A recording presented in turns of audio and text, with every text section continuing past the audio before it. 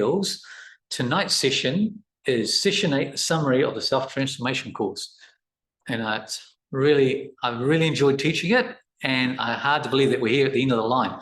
And we've still got lots to get through in terms of the summary. So we'll get underway. So it's really, really good. Okay, so the usual tradition was to summarize the previous week's session,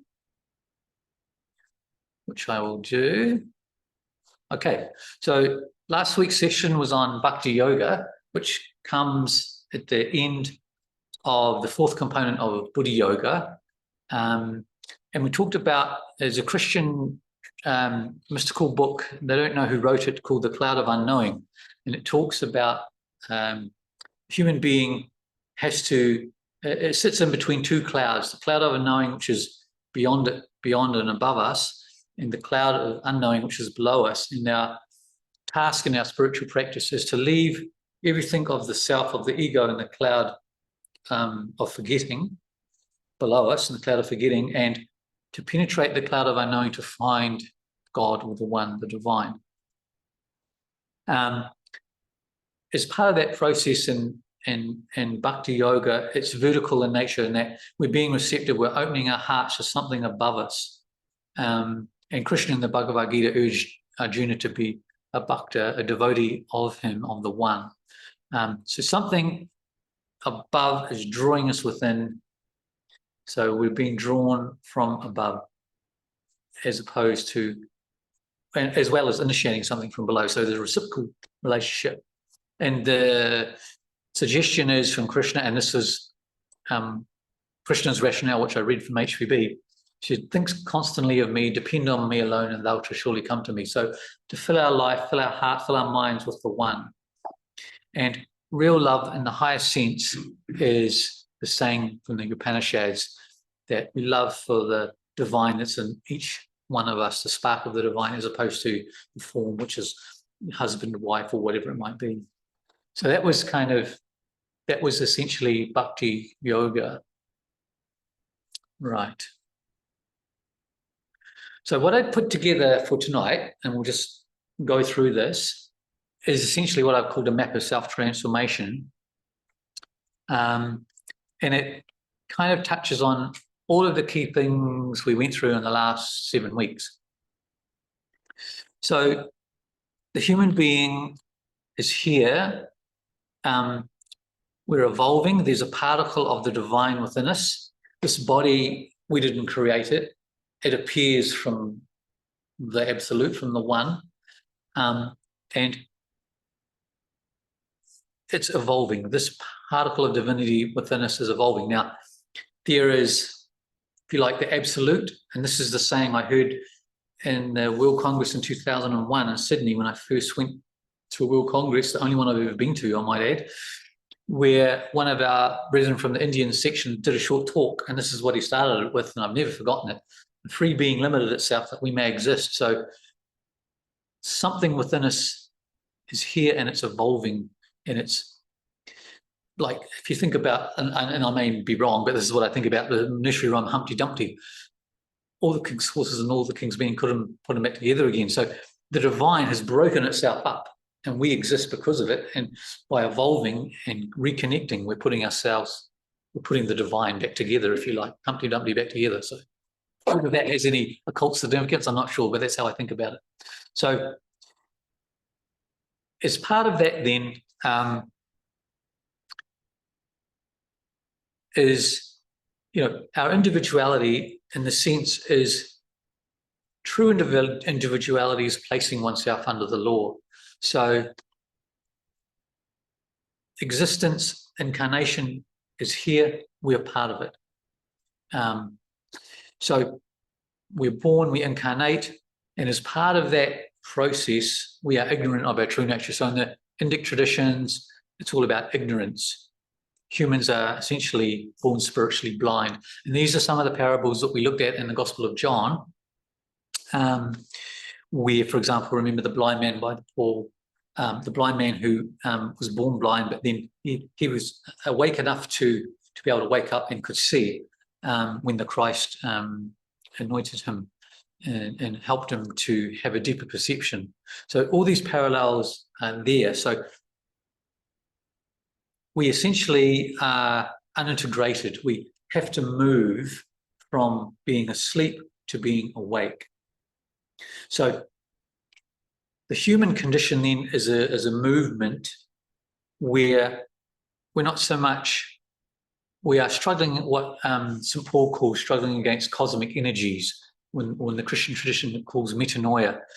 There's a radical reorientation required of ourselves to go from being where our energies are dispersed, where we're not focused. And you think of some of the other parables from the Christian tradition in the Gospel of John, the woman committing adultery, that was symbolic of all her energies are out everywhere except focused on the divine.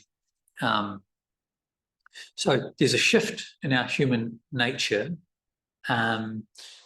between having our energies dispersed versus integrating them and bringing them into focus.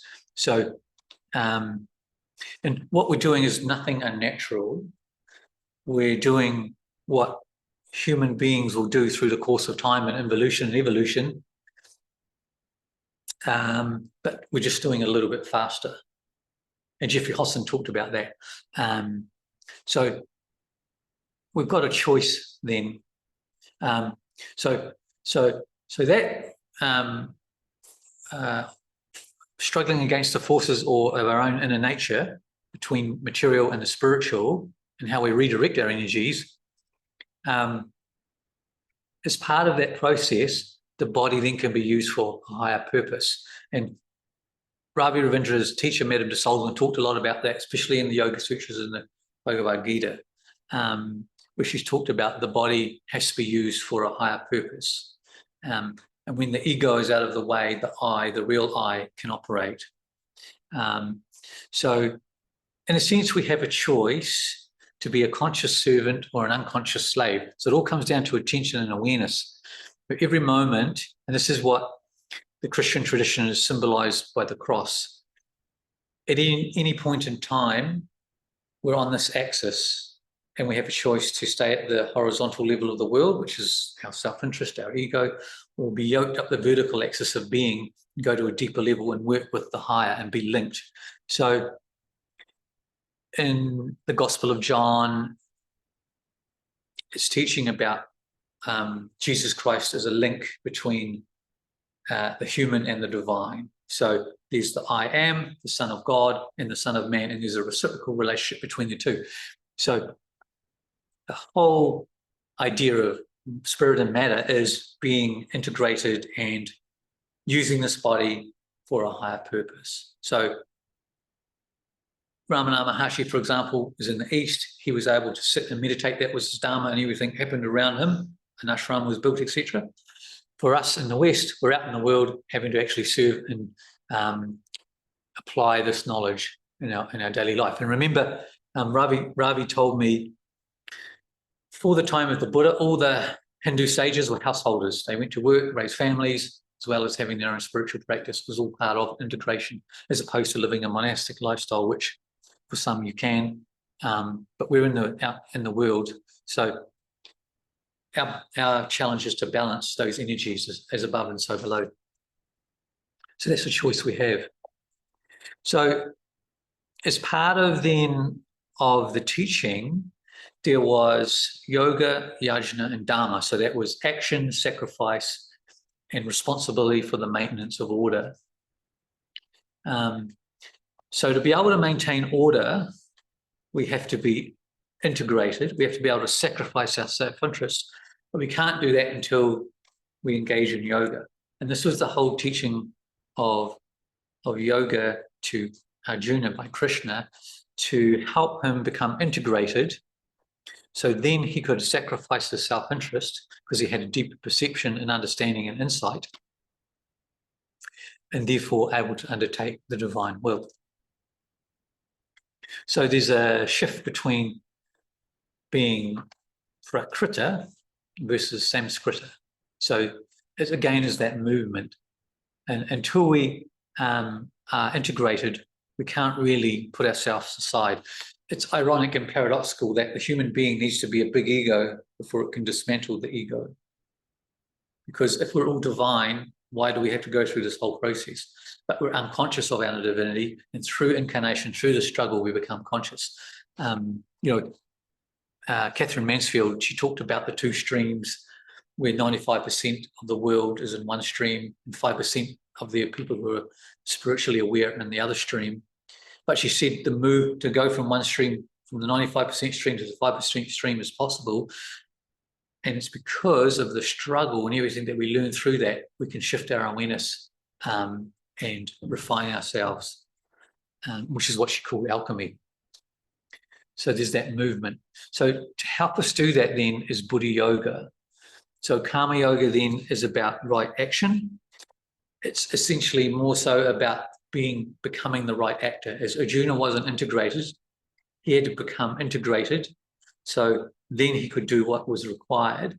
But to do that, he had to have a deeper insight, which is Jnana Yoga, and having an insight of the divine. Now, a lot of the chapters in the Gita refer to the different changes and states of Krishna in terms of revealing more and more of his divine nature to Arjuna. And that's not possible until Arjuna, in the earlier parts, has some integration before we can have a deeper perception.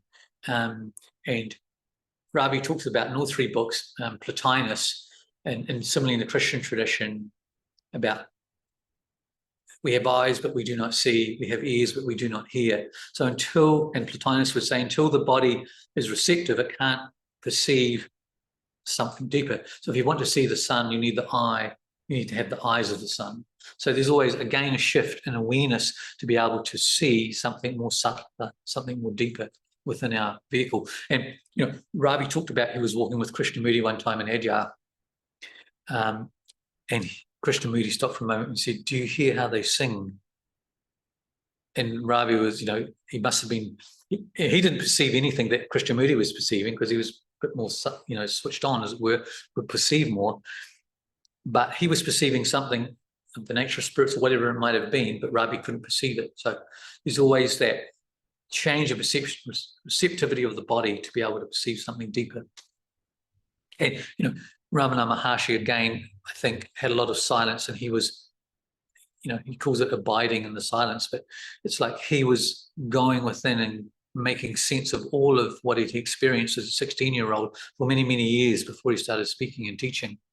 So it's like we're imbibing and abiding in something else. So there's that awareness that is required, that transformation, which is Jnana Yoga. And then there's obviously Jnana Yoga or meditation. So we talked about being able to essentially to have what was called Sanyama, total attention, where you have concentration, meditation, samadhi, all in one, to be totally attentive so you can meditate and go deeper, as well as then some guidelines around practice that Jeffrey Hodson had, HPB had in the diagram of meditation, and then Bhakti Yoga, which we looked at last week. So in terms of the particulars of the practice, again relates to Abhyasa practice and Vairagya, dispassion. So I think it was, I put a slide up from the Initiate series by Cyril Scott, who talked about focusing on the higher and the lower will fall away naturally in terms of health. So if we put our attention as part of our practice on what we need to do, then and be detached about the lower self-interest, then that's the twofold process that we need to gauge on a daily basis, and then things will unfold and we'll have a deeper perception of the one. It's essentially a way to silence the mind. So Krishna talks about it in the Bhagavad Gita. Patanjali talked about it in the Yoga Sutras as well. And ultimately, it's not freedom for myself, but freedom from myself. We're all one. Problem is we don't know it. We're asleep, so we have to wake up. So that, in a sense, is what we covered in the 7 weeks. And I've got some more stuff I'll go through for each book. So I'll just stop here if you've got any questions or comments before we get into some other stuff. because I kind of went through it quite quickly. Okay, we'll carry on then. All right. Okay, so what I put together, and this is essentially for those online and whoever else watches this online without any notes, it summarizes for each chapter of the 3 books. So Yoga of the Christ. So essentially we're starting with the virgin birth, the incarnation, the word becoming flesh. So there's divine is in us, it's incarnating. And there's a shift in terms of Christ's power being demonstrated to the disciples, which signifies a parting of the ways of between the world and spirit. And there's preparation required. John, who symbolizes intuition in the theosophical framework, was the first one to see Christ, recognize Christ, that he was the Messiah, because intuition is the link between the soul and the spirit. So he baptizes with water, but Christ baptizes with fire because he's burning away the ego. Then you have the hollow men, you have the Pharisees, the worldly establishment. You have a Samaritan woman who's, again, her energies are dispersed, but she's awake enough to have a relationship and commune with her, with the Christ. Again, some more examples between the crippled man at the pool. He's got, again, the struggle between the self-interest and the higher self, his ego and the self. So he again connects with the Christ because he has self-awareness compared to everyone else around that pool. The simplicity of the heart, a pure heart, is more important than a mind that thinks it knows it all. And these were tests for the disciples at the time. There was a little child with some fish and bread, so his innocence, a pure heart, was more value to Christ, and he demonstrated this to the disciples. The link, as I said, between the Son of God and the Son of Man is I am. I am is the way, the truth, and the life. So again, yeah, in chapter 7, the Christ is speaking with self-awareness, his authority versus authority of the world, and the scriptures and the Pharisees. Adultery, again, another example of the mixing of energies and levels. Oh. And again, similarly, the man blind from birth, because he'd been so focused on self-interest, he was unable to have any deeper insight. And there was a lesson there in terms of his actual awakening, but the Pharisees couldn't believe it because they were at a level of mind that he had a deeper perception. Again, another example with the sheep and the shepherd. Those energies are being dispersed, but if we follow the true shepherd, the I am within, then we will be able to pass through the gate of self-realization.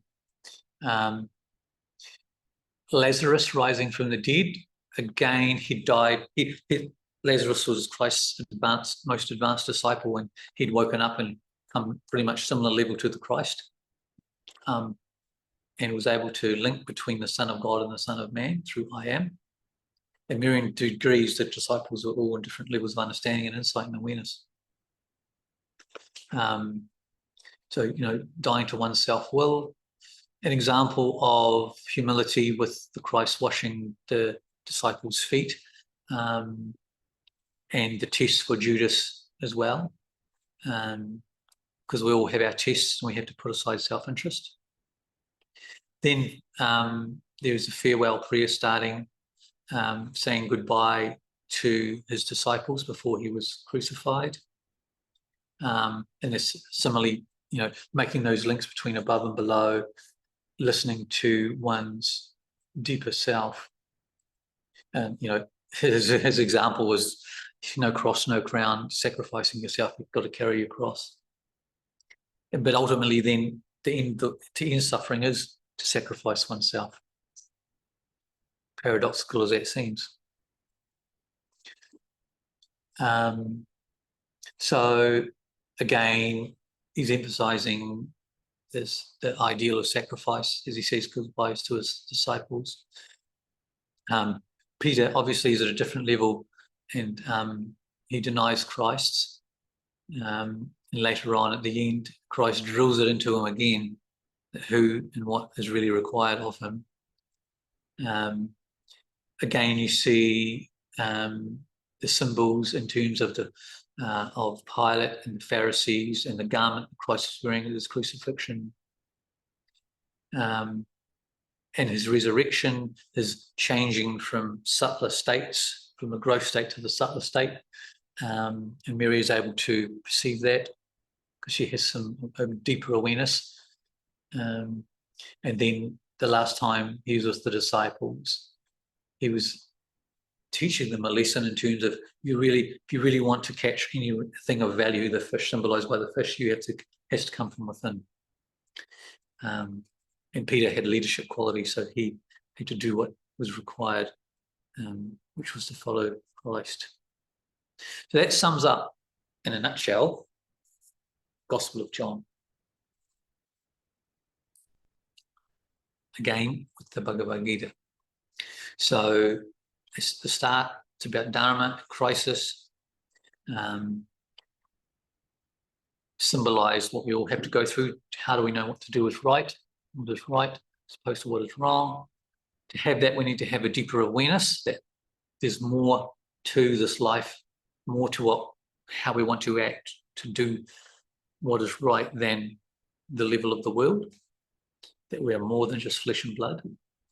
And therefore, we have to start being transformed. We have to become a right actor, know how to act and start to transform ourselves.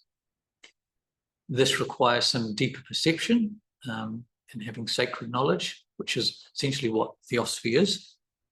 And then renunciation, again, renunciation, self-will. So it's what's called, so essentially something that doesn't lead to us being bound to bondage of action. This is right action. Skillful action is to do what is necessary, what has to be done without any self-interest, because that keeps us coming back on the wheel of birth and rebirth, as the Buddha would say. Yoga of meditation, practice in dispassion, cloud of forgetting, the cloud of unknowing. And note that there's just general instruction given around meditation. There is again an emphasis going deeper into sacred knowledge, having an insight. As I said before, Krishna was in these chapters revealing deeper and deeper parts of himself to Arjuna. And for that to happen, Arjuna has to become a bhakta and open his heart and engage to the one, because any sacred exchange, anything that is really sacred is love, and that comes in a deeper state. So it's again talking about the nature of the cosmos and the universe, sacred knowledge and sacred mystery. So again, there's the yoga of manifestation, of the universal form, devotion and love. So here, all of these chapters are helping Arjuna to have an insight into the nature of who he really is and what Krishna is.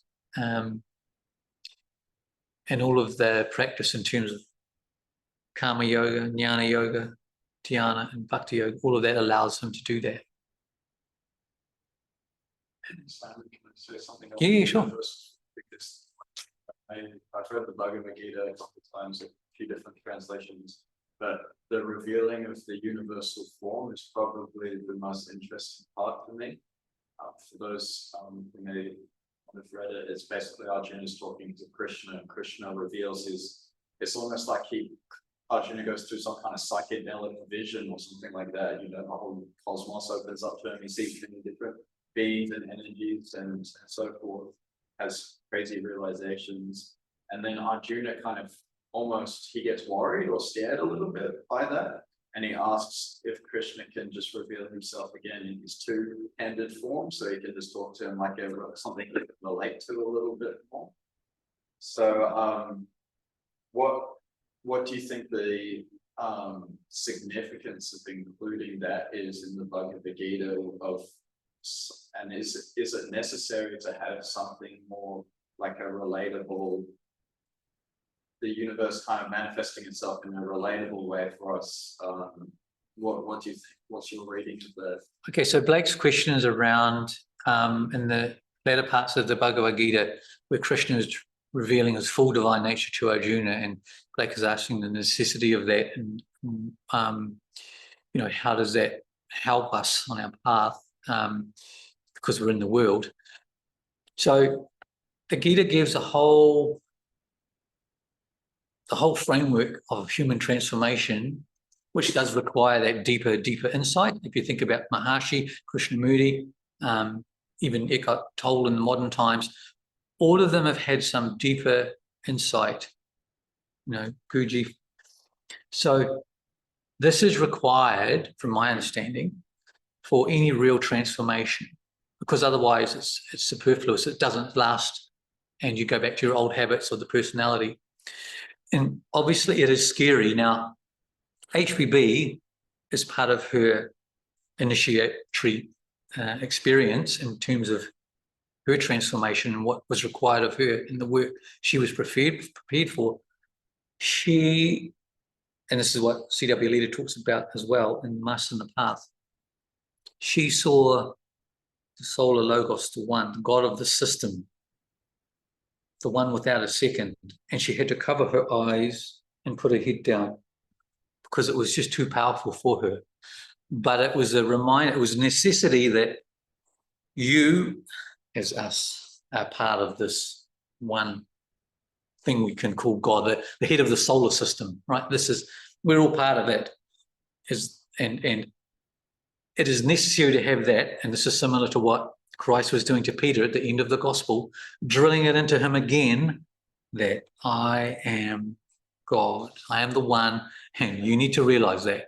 So it's part of the human evolutionary process, as I understand it, that deep perception is required. Yeah, that's a good point. For people that have talked about having profound religious experiences, they often order to live a less self-centered life after that, because they kind of realize, here's finding, well, I'm actually part of this huge bigger thing. So this is just a little temporary thing I'm in right now. So I've just got to do what I've got to do here before I'm off. And I'm much more than I thought I was. This little worldly little me is not. Yeah. But you can't, the suns can't be at 12 noon all the time. So Arjuna's going, oh my God, let me out of here. I had enough. So, it's natural. So he comes back to his normal form that he can see, because, you can only have that state of awareness for a small period of time. And yes, that's the other. If you haven't already, through your own practice, before you say get taken in hand by a master and become a disciple, they will take you to the Buddhic plane and experience unity under their control, and they'll give you as much as you need, then they'll bring you back down. Because remember, our light bulb, our body is only worth 20 watts, 25 watts, 30 watts. We're upgrading it through incarnation, after incarnation, but there's 100 watts just can't be chucked straight through it, or it'll blow.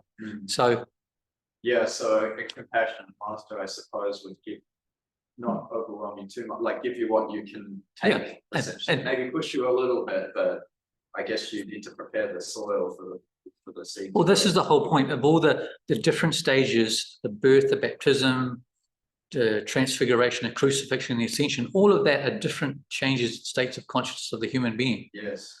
You just, when you enter the stream in the first initiation, your state of awareness is not the same as an Arhat, fourth initiation, or Christ. I mean, Gospel of John himself said it, I am not even worthy to tie the sandals of the one that's coming after me.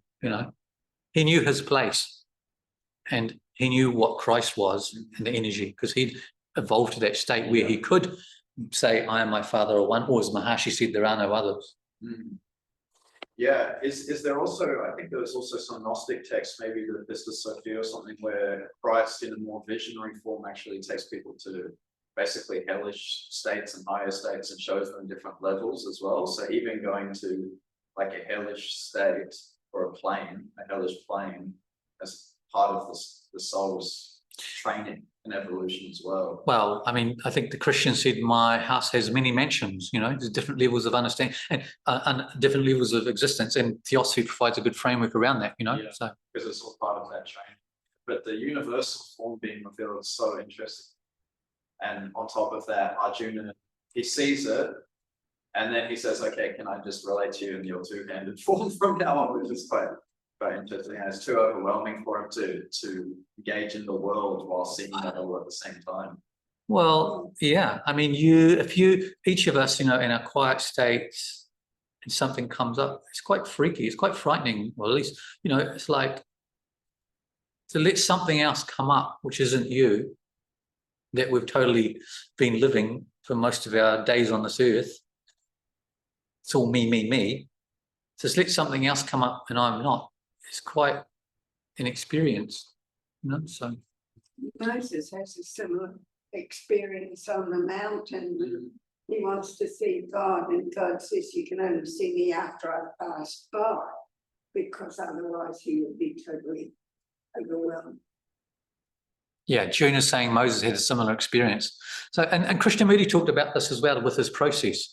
He was having deeper and deeper states of awareness as time went on. So it's just natural. There is another instance where Krishna reveals himself, it is to his mother. Oh, yes, When- in the mouth. When he's a baby or Yeah. rather a I toddler. love that.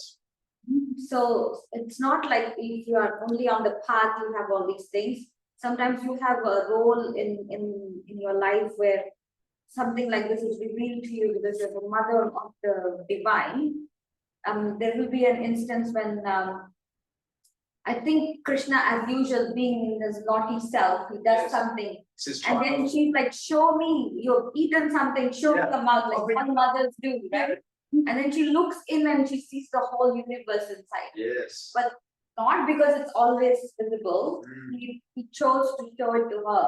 Yes. Because she's also on the path of Bhakti Yoga. Mm. And that's her, revelation for her. The really beautiful thing about that story is it's often said that she's in forgetfulness, and then she remembers, because she was just thinking of Krishna not as the ultimate, but as just her son, until she remembers, "Oh, my son is the universe itself." And so she has a motherly relationship to the divine, which is a common thing too.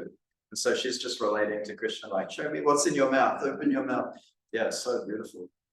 This is an answer to your question, why is it necessary to see it? Mm. So people who are devotees, those who are disciples are shown this when it's needed for them. For on their path, whatever it is. Thank you, Simon. Okay, yeah.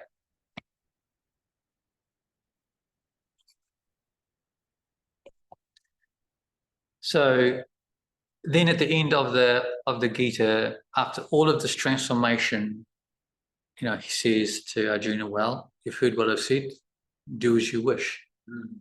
Because ultimately, after all of that, you're not going to do what you want, you're going to do what's required, which is the divine will, right? So Then even till the end, you have to will, whether to do the divine will or not. yes. Okay. Yoga Sutras, Patanjali. So it's in 4 parts, and there are chapters here.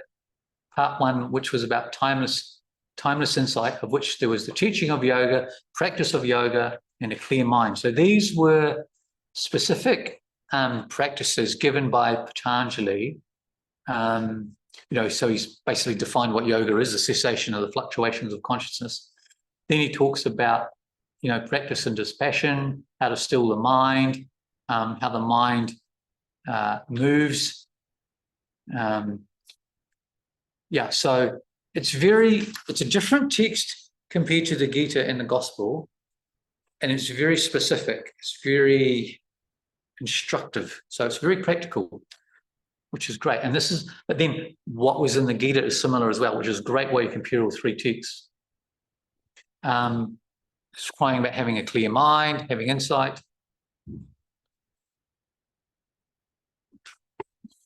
And then obviously there's the practice, which is practice. Without that, nothing happens. So you have the glaciers, the vrittis, and everything that is there about why sorrow occurs.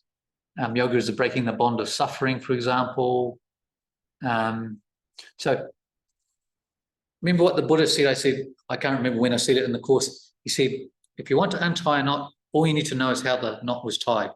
So what we've learned, particularly in part 2 of the sutras, it tells you how the knot was tied. And this is the whole point with the gunas in the human condition in session 2 and 3, where the mind is what ties us up. If we understand how the mind works, then we're free.